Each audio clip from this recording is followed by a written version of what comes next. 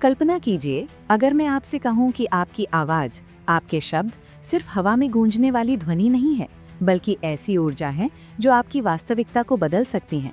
क्या होगा अगर प्राचीन वैदिक मंत्र वास्तव में ऐसे साउंड कोड हों जो ब्रह्मांड की संरचना को प्रभावित कर सकते हैं? आज की इस वीडियो में हम एक ऐसे रहस्य को खोलने वाले हैं जो विज्ञान और आध्यात्मिकता के बीच की दूरी को मिटा देता है। वैदिक मंत्रों की छुपी हुई ऊर्जा विज्ञान, जहां ध्वनि, कंपन और चेतना मिलकर एक नई वास्तविकता का निर्माण करते हैं।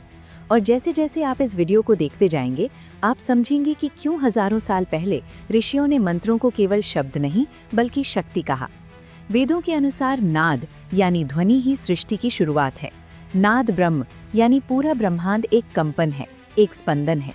अगर हम इसे आधुनिक विज्ञान की भाषा में समझें तो हर चीज, चाहे वो ठोस पदार्थ हो या ऊर्जा, एक निश्चित आवृत्ति यानी फ्रीक्वेंसी पर कंपन कर रही है। यही सिद्धांत रेजोनेंस का है। जब दो कंपन एक ही आवृत्ति पर मिलते हैं तो वे एक दूसरे को बढ़ा देते हैं। यही कारण है कि एक साधारण सी ध्वनि भी अगर सही आवृत्ति पर हो तो वो विशाल प्रभाव डाल सकती है। अब सोचिए, जब कोई साधक किसी मंत्र को बार बार जपता है तो वह अपने शरीर और मन की आवृत्ति को उस मंत्र की आवृत्ति के साथ सिंक्रोनाइज कर रहा होता है। यही कारण है कि मंत्र जप धीरे धीरे साधक की चेतना को बदलने लगता है। अब इसे एक कहानी के माध्यम से समझते हैं। एक युवक था, नाम था अर्जुन। वो हमेशा तनाव, डर और नकारात्मक विचारों से घिरा रहता था। एक दिन वो एक गुरु के पास गया और उनसे पूछा, मेरी जिंदगी में इतना संघर्ष क्यों है? गुरु ने उसे एक सरल मंत्र दिया और कहा, इसे रोज 108 बार जपो, लेकिन पूरी एकाग्रता के साथ। शुरू में अर्जुन को कुछ खास महसूस नहीं हुआ, लेकिन कुछ दिनों बाद उसे महसूस होने लगा कि उसका मन शांत हो रहा है। धीरे धीरे उसके विचार बदलने लगे और कुछ महीनों में उसकी पूरी जिंदगी बदल गई।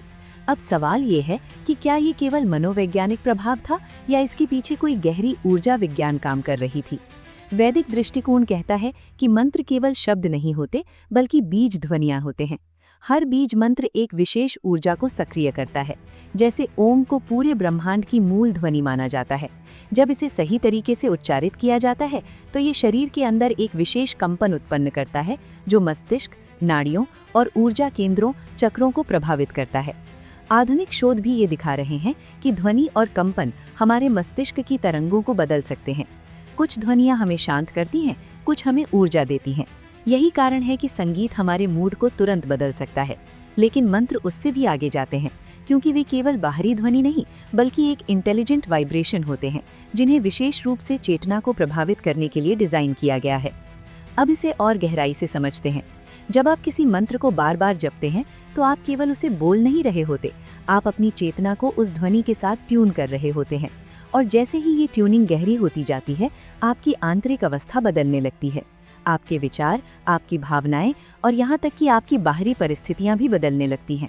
यही कारण है कि कहा जाता है, जैसी आपकी आंतरिक आवृत्ति वैसी आपकी बाहरी वास्तविकता। अब आधुनिक भौतिकी भी ये मानती है कि वास्तविकता स्थिर नहीं है, ये एक संभावनाओं का क्षेत्र है और चेतना इसमें महत्वपूर्ण भूमिका निभाती है।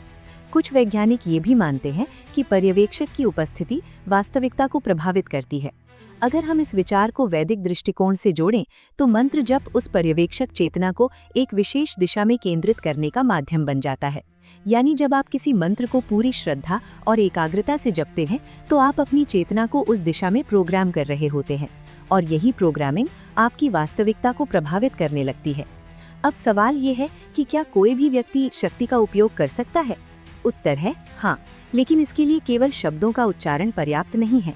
इसके लिए भावना, विश्वास और एकाग्रता भी जरूरी है, क्योंकि मंत्र की असली शक्ति केवल ध्वनि में नहीं बल्कि उस चेतना में है जिससे वो उत्पन्न होती है। अब इस पूरी चर्चा का निष्कर्ष समझते हैं। वैदिक मंत्र हमें ये सिखाते हैं कि ब्रह्मांड केवल पदार्थ का समूह नहीं है, ये एक जीवित कंपनशील ऊर्जा है और हम सभी उस ऊर्जा का हिस्सा हैं। जब हम मंत्र जप करते हैं तो हम उस ऊर्जा के साथ जुड़ने की कोशिश कर रहे होते हैं, और जैसे जैसे ये जुड़ाव गहरा होता जाता है, हमारी चेतना का विस्तार होने लगता है। और अब इस वीडियो के अंत में मैं आपसे एक सवाल पूछना चाहता हूँ। क्या आपने कभी किसी मंत्र का ऐसा प्रभाव महसूस किया है जो आपकी सोच या आपकी जिंदगी को बदल दे? नीचे कमेंट में ज़रूर लिखिए। और अगर आप इस ऊर्जा विज्ञान को और गहराई से समझना चाहते हैं तो इस वीडियो को लाइक करें, अपने दोस्तों के साथ शेयर करें और चैनल को सब्सक्राइब करना बिल्कुल मत भूलिए। क्योंकि आने वाले वीडियो में हम ऐसे ही रहस्यों को उजागर करने वाले हैं जो आपकी वास्तविकता को देखने का नजरिया हमेशा के लिए बदल देंगे। याद रखिए, आपके शब्द सिर्फ शब्द नहीं हैं, वे ऊर्जा हैं और वही ऊर्जा आपकी दुनिया बनाती है। इसलिए सोच समझकर बोलिए और सही कंपन के साथ जप कीजिए, क्योंकि शायद आपकी आवाज़ ही वो शक्ति है जो आपकी पूरी जिंदगी बदल सकती है।